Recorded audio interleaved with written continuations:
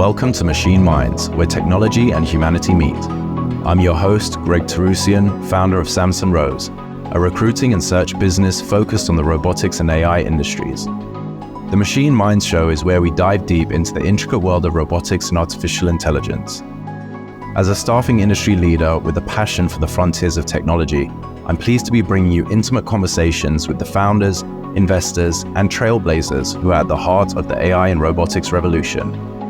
In each episode, we dig into their journeys, the applications of the products they're working on, and the breakthroughs that are shaping our future. Join us as we explore how these machine minds are transforming the way we live, work, and understand our world. Whether you're an entrepreneur, a tech enthusiast, or just curious about this amazing field, you'll learn something new with each episode. Let's delve into the extraordinary. Let's delve into machine minds. Hello and welcome to Machine Minds. I'm your host, Greg Terrusian, founder of Samson Rose, your robotics talent search partner. And on today's episode, I'm joined by Dennis Ledenkof, founder and CEO, and Yelena Kormilina, head of international projects at RoboSculptor. Thank you both for being on the show today. Hi, Greg. Thanks for having us. Hi, Greg. Thanks for the invitation. Very inspired. My pleasure. I appreciate you both shuffling your schedules around. Obviously, you're not here local in the US as well, so I appreciate you doing that and being on the show. Let's jump into it. So usually, I know, Dennis, you've heard a few of these shows, so we start with some of the guest backgrounds, set the stage for the listeners. But can you share a bit about your career journey and how it led to the founding of RoboSculptor? Yeah, it went quite simple, not a great story. You cannot read books about it. So I started as an interpreter in a trading company for wellness devices, which are sun tanning devices. And so I worked in that business for 5+ years, and then started my own business in leasing such devices. Then I switched to cosmetic devices, which is also wellness industry, but more next to aesthetic field. Then I saw what are the features of the product that are not currently existing, that were not currently existing at in the equipment I was leasing out, and I started to think about manufacturing a new brand of the equipment and establishing such a brand. And the very important insight that I had, you cannot, a resale will not bring your company to a next level. So you need to establish a brand. So I started manufacturing of devices for body contouring, body sculpting. Then it was one device, then it was another device, and then one day an idea came so that's pretty more or less how I came to manufacturing step. Amazing. So the idea came from your experience within the industry, really, and then you jumped to that manufacturing step. It's pretty inspiring. Normally people see issues or see ways that they do things better and just kind of moan about it or look for an alternative or workaround instead of starting a company to address it. Yeah, and then you read a book like A Blue Ocean, and you see you see how your story is being described. So how you emphasize the features of the product that are not currently existing. So it's basically analysis of the market, and a strategy that is marketing strategy that is being described in MBA studies and in books, etc., etc. But you learn that from life. So it could be easier if I got my education in MBA beforehand. So I was too late with that. You just never know, right? Yelena, what experiences brought you into the wellness sector initially, and then how did you come to join RoboSculptor? I actually would like to say that my journey into the robotics field was one of passion and perseverance and dreaming about that as a child. but it was more of a chance. Now you can see how the cards are falling when you shuffle it. I was talking to Dennis recently, and I realized that I was always into massage because my mom is a physiotherapist. So growing up, I always had that experience. And although my career has always been in the business development and on the sort of the part where connected the intercultural teams together, worked with distributors, connected the decision makers with the customers. But just going back, I have always been sort of a connoisseur of massage. I always had the devices. And when I came to work for Dennis, it was my second day on the job, and I've been with RoboSculptor for a little over 2 years. And it was my first day on the job, and he said, I want you to jump in on this call. And I came in to develop the body contouring device, the handheld device that we have. And so he said, I want you to join on this call. And it was a call about RoboSculptor, about the device that we were developing. And it's funny that it was never a question to me of why would somebody want to develop the massage robot, but it was always how, like the technical part of it was always more tricky to me than is it needed? Because to that question, my firm and strong answer would be yes, of course. Because I just think that this has always been such a big part of my life that you go in for a massage session to sort of a checkup on you. How do I feel? How does my body feel? So the wellness part has always been a personal journey, and the professional part was when I came and joined RoboSculptor team. Interesting. Very interesting. It's crazy that you say that, like when you've heard about the product, like it wasn't even a why.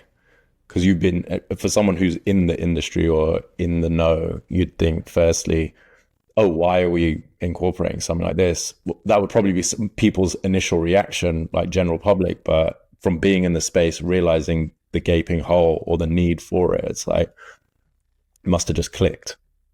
I think it's so true. And sometimes I feel like being in the tech industry and the robotic industry, I'm like an interpreter in a way, because a lot of tech people are so disconnected from their bodies in a way that it is important to bring that perspective in of how the technology that we are developing is affecting the lives of people in an everyday life. And I think that's something that sometimes escapes during the whole process of developing something, and when the learning curve is as high as it was for us, because we were not a robotic company. It was just an idea that came to mind, and we developed it pretty fast. So it was really a steep cliff to try and, not jump off of, but a steep mountain to climb.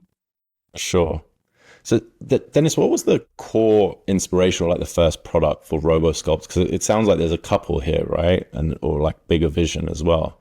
What was the initial, and then how does what you're building now kind of align with what you want to achieve in the field? Like an impact. There was like a background and an impact.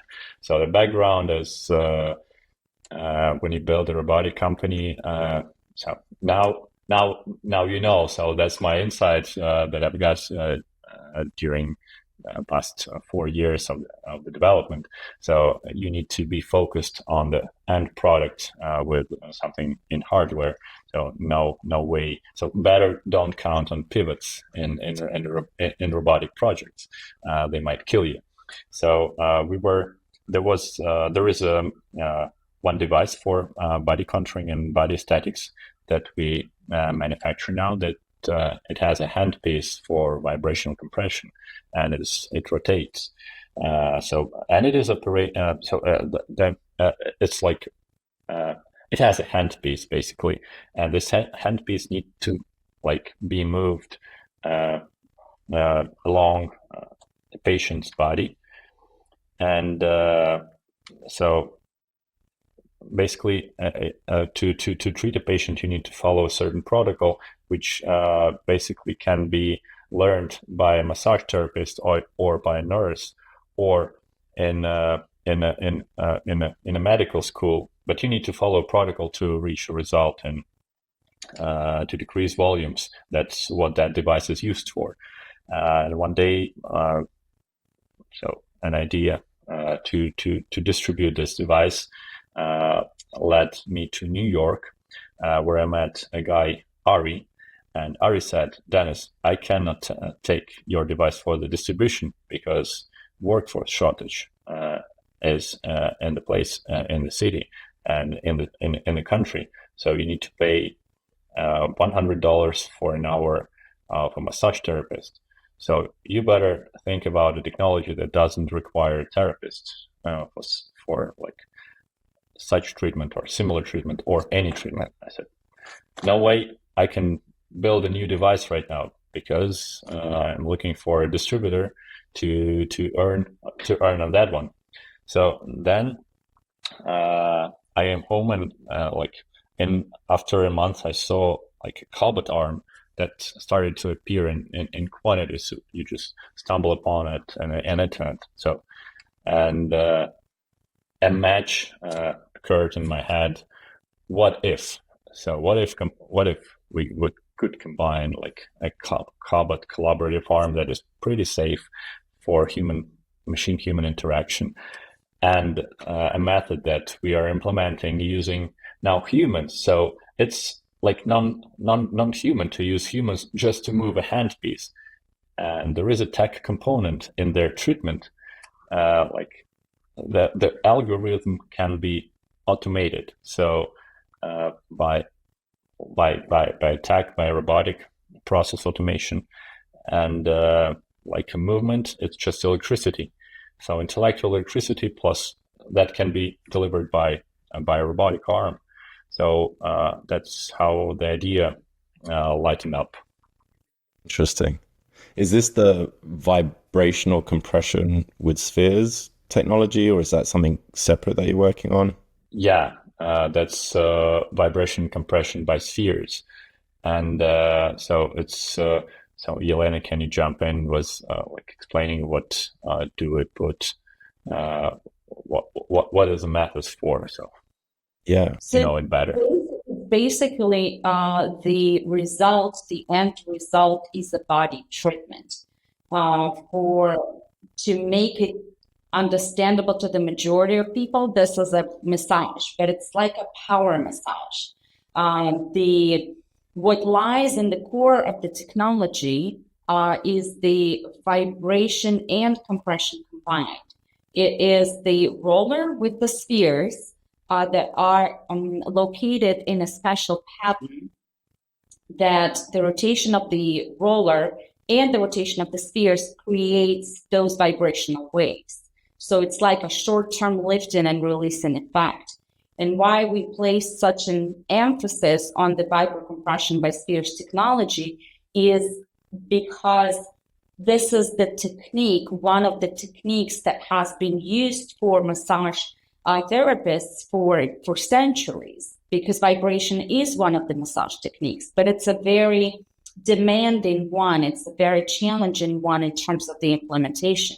To deliver it and to maintain this vibration on a human skin and on the tissues is extremely demanding. It requires a lot of force and power on behalf of the specialist, so it's very tiring. So what we're doing is we're saying we're taking this technique, right, and it's like a language for the robot. It's one of the tools that we can use to deliver the same effect or better effect in terms of better circulation, in terms of the response of the tissues, in terms of decrease in the muscle tension. And the amazing thing about the technology is that it is based on physiology and it's based on the response of our bodies. This is an impact that we deliver, that the robot delivers to the skin, that the tool that the robot is using is applying to the skin. It is impossible not to feel something because our bodies react, our bodies respond to those impacts. There are receptors within our skins. They respond to the vibration. They respond to pressure. They respond to the impact of the vibrocompressional tool. So the result is better microcirculation. The result is better lymphatic drainage. And all of that leads to a number of physiological responses in our bodies, so that after you're done with the session, after you received your body treatment, there are numerous health benefits. You just feel better, but if you're doing it just once, if you're doing it in sessions like 10 times, in a few weeks, then you're going to see other positive effects. Your sleep is going to now get better. And it's just one of the technologies that has an overall positive impact on your health, which is fantastic. Sounds fantastic, honestly. I mean, just from I do love getting a massage, but I find that it's so inconsistent with the therapist. If your therapist changes or you go somewhere else, or one day they're on, and I like, deep tissue, for example, or you get different pains, and it just varies so much. And then you have obviously the cost of it and the time and availability, like you talked about, the staff shortages and stuff like that. It was interesting. One of the things I was looking at in the deck that you shared with me was the chart with the labor costs rising and the price of robots plummeting. That was like, almost when you look at that, it's like, well, this is a no-brainer. Obviously, this is a great market, great industry, great problem to solve and apply robotics for those reasons. And a lot of people talk about replacement of jobs. And we've talked about it a few times on this show. There's such a labor shortage in so many industries that having more automation or having more robots in place to do what humans would and do is just better for everyone. The customer, the business, even from the customer experience side of it, the employees, sometimes it's like very draining work. How do you think about, some people view robotics in wellness as like impersonal or too clinical and things like that. How do you approach this perception, and what do you say to skeptics like that? There are 2 points that you just touched. One is on the customer side, where a patient or somebody who's taking a massage therapy, whether it is treatment, aesthetic treatment, or it's medical treatment, because the platform that we're building is able to carry medical applications in the future. So just imagine there were centuries, like thousands of years, where something called a massage therapy was brought from one person to another, and nobody has measured it, how consistent or how you need to push again that specific tissue. So push as hard. So what means as hard? Can we digitalize that? Can we measure it? Move as fast. Okay, so as fast or a little bit faster for that specific body. And now if we giving the task to a robotic arm, to robotic machine, we give a command to push again the body in grams, and then to reprogram the speed and the torque of the pressure, how to push again that tissue. And then we ask a patient, how was your comfort? And after 10 sessions, we can measure the efficiency, whatever we need to measure: skin elasticity, muscle tension, or release, muscle tension relief, whatever, muscle toning. We can program it and then improve the treatment protocol according to patient's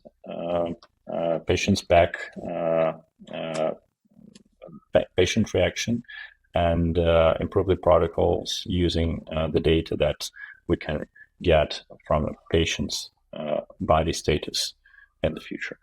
And the second point is like, are the machines going to take our jobs? I hope they will take those who that we don't want to do anymore. So the hardest ones.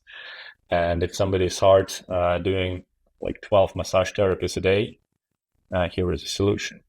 If you're a business owner, like some hotel in the heart of Austria or Switzerland, and you cannot find a massage therapist during high season in ski resorts, or like here is a solution.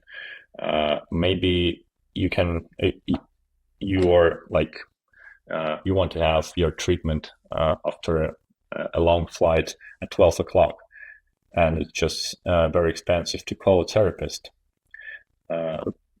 in the night, so nobody will come in Europe especially. So, or it's going to be like very expensive, or it just takes time for a therapist to have a ride, to have a drive to your home. So, and if you have such device at home, you might improve the quality of your life having such a machine. So basically, there was some rumors when computers came on the scene. Were the computers going to take our jobs? So it's a tool, not a competition. So people have competition because they compete for resources, and for time, for money, for power. Machines compete for nothing, so they just fulfill the tasks.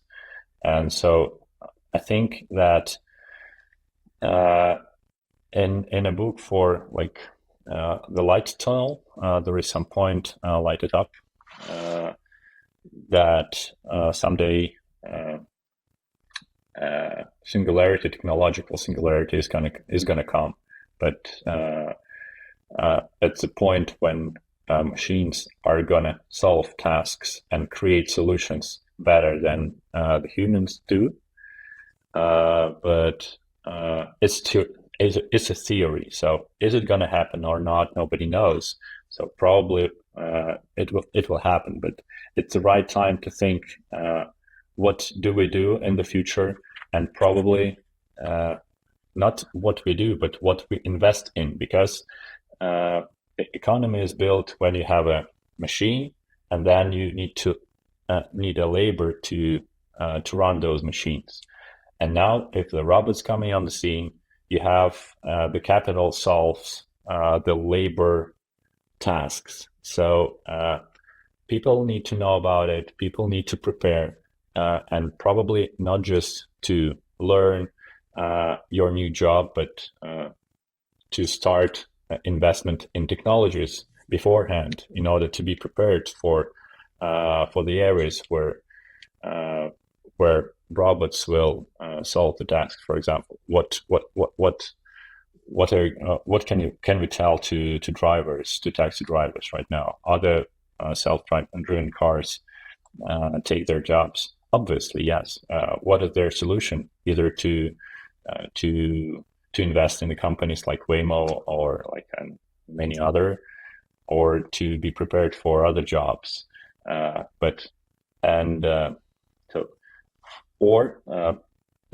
are going to be drivers, because there are going to be people who are going to be ready to drive the cars that are led by humans.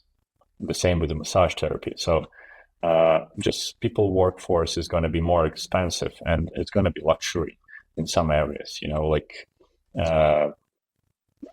and having a machine, it just opens more, makes such therapies more available.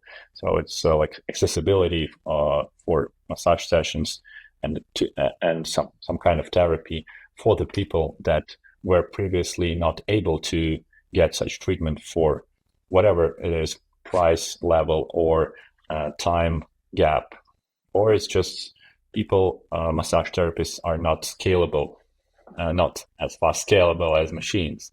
So yeah, I saw that the slide in the deck on the economics from there, the cost of a therapist from how many sessions they can do. And then obviously the cost of ownership for a robot, how many sessions they can do. There's obviously no limit. And I was laughing to myself that it's like constantly motivated employee, right? As soon as you plug it in, it's just always like, Yeah, true. it's true, right? We talk about it in different industries. You obviously mentioned self-driving cars, but you look at like logistics and warehouse technology, you got lights off environments where these things can just run 24/7 unless there's like a mechanical issue or you need some servicing, but it's consistent. It keeps going. It doesn't need a lunch break. So it's great. Yelena, I don't know if you can, or read the review actually, just for the audience to just, I know what the product looks like. I've got the deck, I've seen the website, but the people who haven't, I encourage you to go and look at the website. Can you high level tell us about the product, what it looks like, how you envision it fitting into, Dennis, you mentioned people's homes. We're also talking about in facilities. Is it going to be just completely standalone and I have an app that I use with it? It knows my settings from, previous sessions, or is it scanning my body every time and seeing like, oh, Greg, you've got a really bad knot in your back. Like, let's work that out. How does it work? So many things and the product features that we can talk about. And Dennis, please help me out if I missed something. But basically, Dennis told you the story about how we come from the aesthetics and that originally we envisioned the product that we have built in, that it's doing aesthetic massage, so aesthetic treatment. So we developed the initial portal version of it. It was much bigger. Then we had the feedback from the people that we talked to, and we completely redesigned it. So it is a product that can fit into a clinic, into the massage therapy room. And it still has some of the things that remind us that this is a nice and pleasant experience for a person. So there is a massage bed, obviously, that you lay on. But then it has a really cool design where there is the standing platform that's supporting the robotic arm, and the robotic arm was equipped with the tool. The things that you're talking about were extremely important to us, because when we were developing it, what we had in mind is that, well, the person moves, and the majority, if there is anything on the market, the majority is just doing and going in the setup trajectory. So it's not really an autonomous platform. And what we were trying to build is the solution that would scan the image of the person, build the 3D model of the body, and track the trajectory in real time. So not only we took upon making the robot, but we set the standard so high for ourselves, because this is a tricky part. To the response, and the robot adjusts the trajectory in accordance to your movements, is an extremely valuable solution that adds a lot of value to the product, and it also is a big step for the future. There is so much more that we can build and add in the future to progress and to move the technology forward. But basically, there is a hardware part of the product, and there is a software part of the product. And the software is the protocols that the device, the RoboSculptor, is doing to deliver lymphatic drainage massage, to deliver the relaxation massage, the wellness massage, maybe physiotherapeutic massage and medical massage in the future, as we're building on those protocols. So there is, that's the product features. Dennis, anything that I left out? I just wanted to add the funny thing about building initial building prototypes. So we first took a device that we were manufacturing, put a cobalt arm on top of it, 3D printed a holder for a handpiece, and mimicked a couple of movements and said, okay, let's make it work by itself.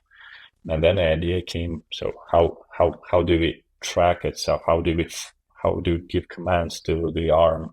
So we need to have a camera on top of it, and then the camera needs to scan. Does it need to scan one time, and then like as a person moves, it needs to rescan. So it was a second iteration, and then it was a third and a fourth and a fifth, constantly improving the core, the system structure from the hardware point of view, and the software part means building, to develop a platform that is able to be programmed to enter treatment protocols onto it, and so that's how the system was built. Initially, our goal was like to implement to bring the system to the market, to wellness market, after like maximum 12 months, and with an investment of, I don't know, $100,000. And so, honestly speaking, it failed. This idea failed. Going to say that's an uphill battle. We underestimated the complexity of the task. Yeah. Let's switch gears now. I just want to talk about the business impact and your scaling goals and things like that. When you're looking for people to bring onto the team at RoboSculptor, are there any insights that you have for finding the right talent? Because it's obviously a very niche product, and you've got both sides here, the technical and the industry experience. Or are there any like key qualities that you look for when you're building the team? I think first, like, so to say, if I might say such term for a person, like a feature of a specialist, is to be passionate about robotics. So it's like robotics combines hardware and mechanical engineering. People should love something from physical space, and it also combines tech, which I dreamt of to add some tech component to the business I was building before that project. And if somebody believes in the project, and if somebody believes in the team, in what you achieve, in what you're going to achieve in the future, so that will help people not to break after first, I don't know, hard milestone, when you have to make hard decisions, or to think whether you will go next or not. So some people just say, okay, it's not for me. So having people who believe in the future of the project means a lot, and it's not just money that motivates people. Financial motivation works within 3 months. Other than that, it's just part of life. Resilient, the word that I was thinking about. For the project of this complexity, when you go, sometimes you go in blind, because there is nothing like that was built. You cannot mimic something like that. And so this ability to fail, get up without losing hope, and keep going. So such resilience is important, I think, being a part of this team for sure. And that especially drives me in doing such a product, to be first in the world, doing something specific for body contouring therapy with robotics. And I'm pretty sure that the team that we have, the lightened eyes, and I think it's some kind of FOMO. You cannot do it the other way. It's just a fear of missing out what is coming next with this feature. It's like gambling in entrepreneurship. I like that. Yelena, you obviously lead the international projects. Can you share how the company is expanding globally and any major markets that you're targeting or that you already featured in? We actually looked at the UAE as the home base because we felt like this is where we can have a great, like a showcase. A lot of people are coming to Dubai, and Dubai has become the symbol of a quick and fast development of some things happening really, really rapidly. The second market that we started to look into and to focus on is the European market, specifically for the shortage of the specialists that lacked the profession after the pandemic. So the spa and hotel chains are the market for us that we are actively exploring. And we do have our pilot in Dubai, and we are gonna have a few, I think 3 or 4 within the next couple of months in Europe. And then the third market that we are considering and actively exploring, I should say, is the US market, not only because this is where the idea came from, so to speak, but because this is the market where the labor cost is high. And I think for the simple reason that people are very open to innovation. The feedback that we heard from the US market and the people we talk to is very excited. It's wow, kind of let's get it on, bring it on. So this is why we're looking into this market. But if we take a look at any kind of market, for the business development, the status quo is always our biggest enemy, right? Because people are reluctant to change. They are very slow. So what we're doing is we're talking to people who combine this passion for technology and innovation and share the same drive with us. And I think those are going to be the first adopters of the technology. And then we're going to have a really big jump because once people see it and feel it, because this is a tactile thing that you need to experience, then it's going to really catch on, and it's going to be very contagious in a good way. Yeah, I see that. I see that for sure.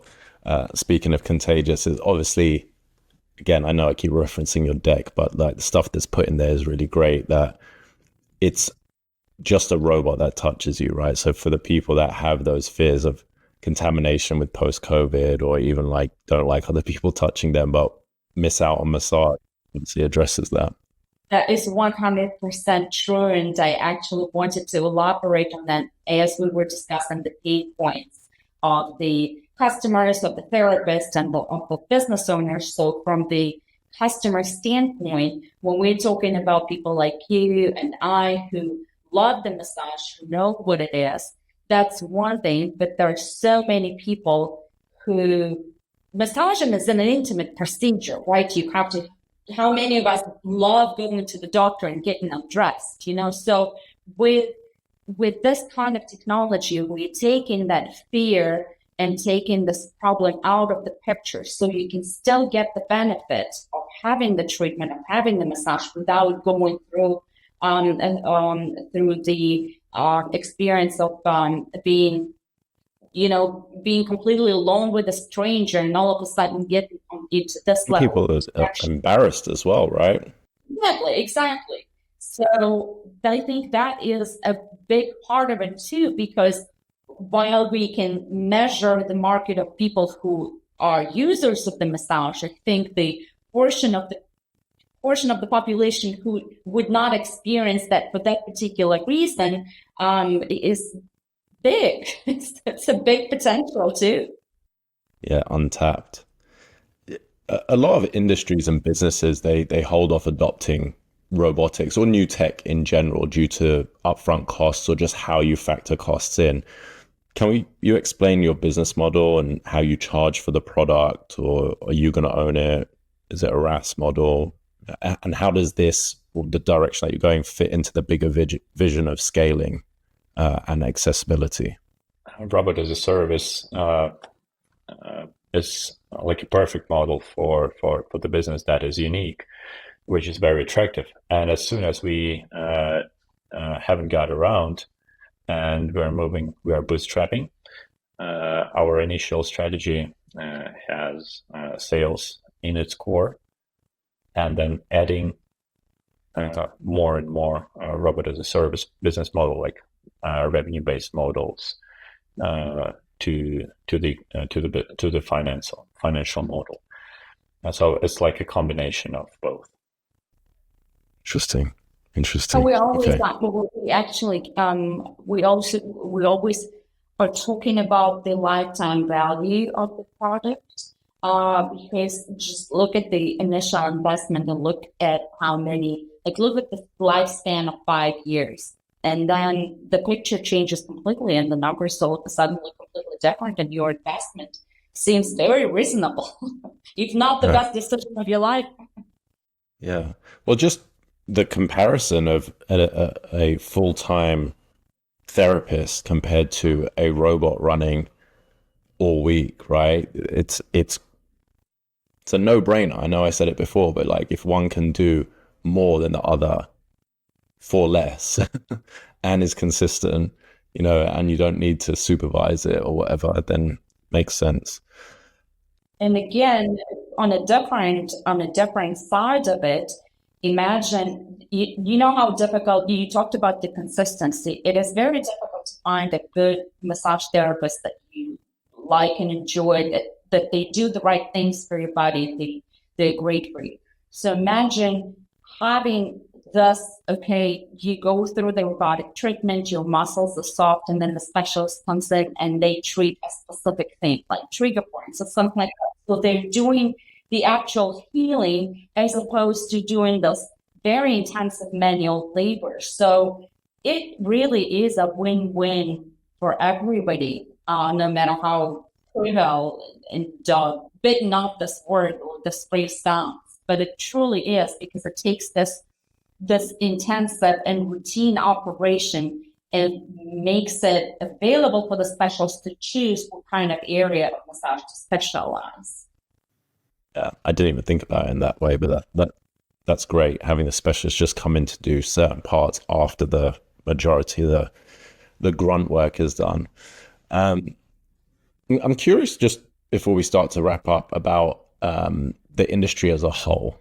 Like, what are there any advancements or trends in wellness and robotics that excite each of you, or what might surprise people about the future that we might not know about, things that are coming? We haven't seen much robotic companies coming on the scene like 4 years back, but now I started to look at Loom, which is lash extensions in beauty, like Clockwork, that is installing nail robots in American airports right now, and 10 Beauty that has just raised a round for manicure machine, etc., etc. So many robotic companies are coming in the industry, in aesthetics, in wellness, and it's and in healthcare, of course. So a robot is a machine that makes a decision in how to deal in uncertainties, like automation. Like if we talk about a factory, so nobody can get in. Think about an airport. So ideal system for ideal process system. And if we add some uncertainties, the system will break. And in our system, there is one uncertainty. It's a human, so the biggest one. So you need to deal with that. So you cannot prepare an algorithm, like a hardcore algorithm, how a patient should move. So there is a variety of scenarios how a person can behave. So it's better to be prepared for that and to give certain task, how a robot should move if a person moves slowly, if a person moves fast. So how to deal with those uncertainties is an advanced technological task. We need to. So it's a matter of improvement of the technology in the future. So it's going to improve the experience of people who are being treated. Of course, safety is the utmost priority for such systems. And now we prioritize safety before human experience, patient's experience. I'm sure people will be very happy to hear that. I think what excites me most is the endless possibilities. And it may sound like we like challenges, because our backlog of ideas and things that we would like to add, the technologies that we would like to try, runs a few pages. So we're thinking about, we thought about the skin rejuvenation, we thought about the laser hair removal, we thought about different tools and how they can be applied, and the lab therapy and whatnot. So those possibilities of adding the technologies and merging the technologies within the industry, or finding alternative ways where the robot can be used. We had a video once where I said that there may be even space for our RoboSculptor in space, pun intended. Just for the athletes and the rehabilitation. So those kind of things, the possibilities, the future markets are extremely exciting. So that's, I think, that drives us a lot. Yeah, there's a lot so there. The next step. Yeah, that's great. All right, before we wrap, what would you say to someone looking to enter the robotic space or launch a wellness-focused tech startup? Apart from don't, but don't. We're going to do it. Dennis has a lot of advice based on experience. First, every company is built by people. So prioritize people in your companies, and tech is something that is from creative origin, so a creative background. So you cannot affect people like giving orders. So it's not a solid system as like a normal a company with a basic business model. There's something that where you need to inspire people and to be prepared for hard steps, and to not to count on the last mile, and to count on basics. That is going to be easy. So be prepared for the hardest work, and have excessive investment. Get it in advance. It's just usually the journey takes longer than you expected it to be. So just to be prepared for that. Good advice. Well, look, thank you both for being on the show. I really appreciate it. And I know the time difference isn't ideal, or it's not ideal. Where can our listeners find you both and follow your progress or connect with you? I try to post in LinkedIn under Dennis Ledenkof and RoboSculptor. Everybody is invited just to text me, to reach me out. Happy to hear new ideas and to find a match. Check us out on Instagram, check us out on our website. We are happy to tell everybody who's going to listen. And I want to thank you, Greg, for being a gracious host. It was a pleasure. My pleasure. I appreciate it. Excited for it to come out and for everyone to hear about what you're working on. And let's stay in touch. Hopefully I'll get you back on the show down the line. Great. Thank you, Greg. Thank you for hosting us.